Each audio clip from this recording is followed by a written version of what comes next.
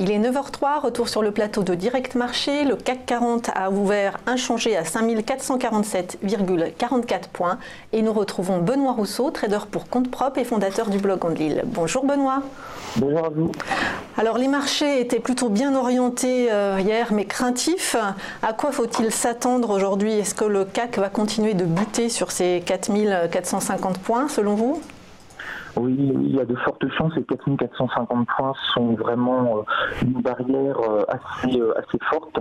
Il faudrait vraiment qu'on ait de très bons indicateurs pour pouvoir réussir à les franchir de manière assez forte. On a une résistance hebdomadaire qui est à 5462 points, donc ça nous aide pas non plus. Mais là actuellement le CAC 40 depuis quelques jours a quand même essayé de passer au-dessus de ce qu'on appelle la middle area mensuelle, mais il est actuellement sur le plus haut de la semaine précédente, donc ça reste quand même un signe entre guillemets un petit peu haussier. Mais ce qui se passe, c'est que les résultats des entreprises américaines sont bons, sont très bons, 90% sont au-dessus des prévisions d'analystes, en tout cas parmi les premières qui ont été publiées. Mais ça ne crée pas le boost final, si je veux dire. Ça reste quand même assez attentif.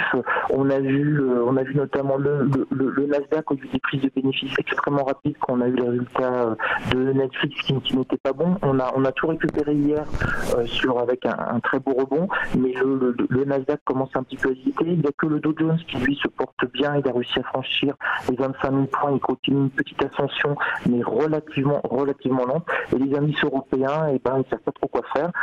Ils patinent. Et c'est quand même un signe quand on a des résultats d'entreprise qui sont bons, qui sont au-dessus des attentes et qu'on n'a pas une accélération entre guillemets flagrante sur les indices, c'est que vraiment on est sur un marché qui hésite et qui ne sait pas vraiment où aller.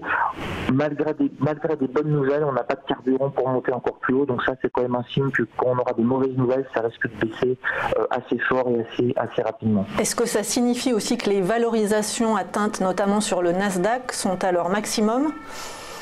Alors écoutez, ça, j'aimerais pouvoir vous répondre avec une certitude absolue, parce que là je serais l'oracle d'Andorre et pas de la Silicon Valley. Je mettrais tout. Elles sont fortes, elles sont très élevées. Effectivement, par contre, ça continue de monter. Donc si on a vu ce raisonnement, on n'aurait quasiment pas bénéficié de la hausse des actions du Nasdaq des 6 derniers mois, par exemple. Elles en sont beaucoup trop hautes, je ne rentre pas.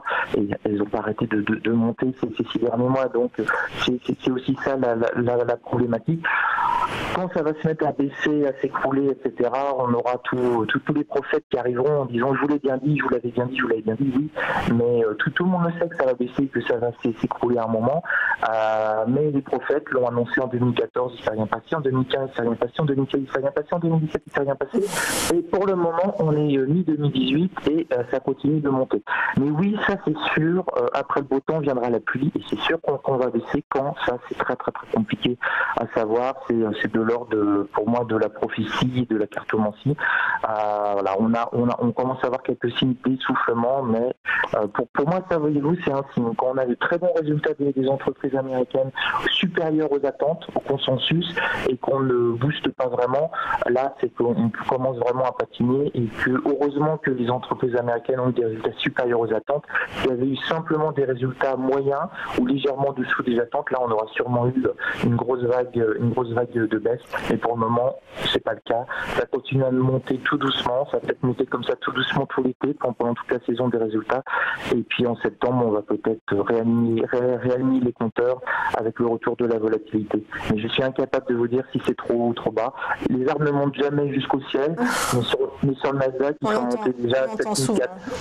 On entend souvent. Est-ce qu'on attend des indices d'activité aux États-Unis importants aujourd'hui?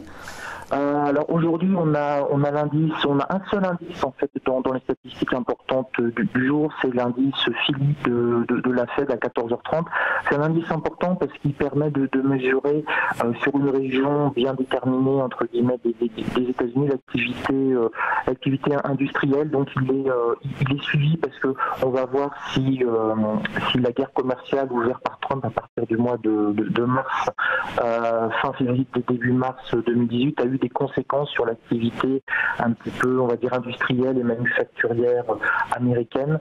Ça permettra de prendre le point. A priori, ça n'a pas d'impact majeur sur les premiers indicateurs avancés que l'on a eu, mais on ne sait jamais. Ça crée quand même un climat de tension. Et vous remarquerez, ça fait presque 10 jours qu'on n'entend quasiment plus parler de la guerre commerciale avec la Chine. Trump a été très très très occupé. Il a été en Europe, il a été à l'OTAN, il a réussi à il a rencontré Poutine, il ne peut pas tout faire. Un peu plus, il a été voir son grand copain Poutine.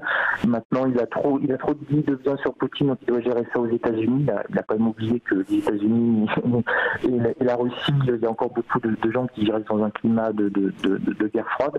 Donc voilà, là, il a beaucoup de boulot à gérer en ce moment. Il essaie de rattraper un petit peu ses débuts de communication, on va dire.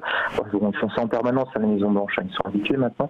Et à 5h du matin, il risque de nous ressortir un tweet, parce que là, maintenant, il est chez lui, il va se lever tôt, et à 5-6 heures du matin, il pourrait nous retweeter sur la Chine, et là, les marchés pourraient à nouveau se prendre une grosse baisse. Vous m'avez dit que c'était tellement plus intéressant quand les marchés étaient volatiles.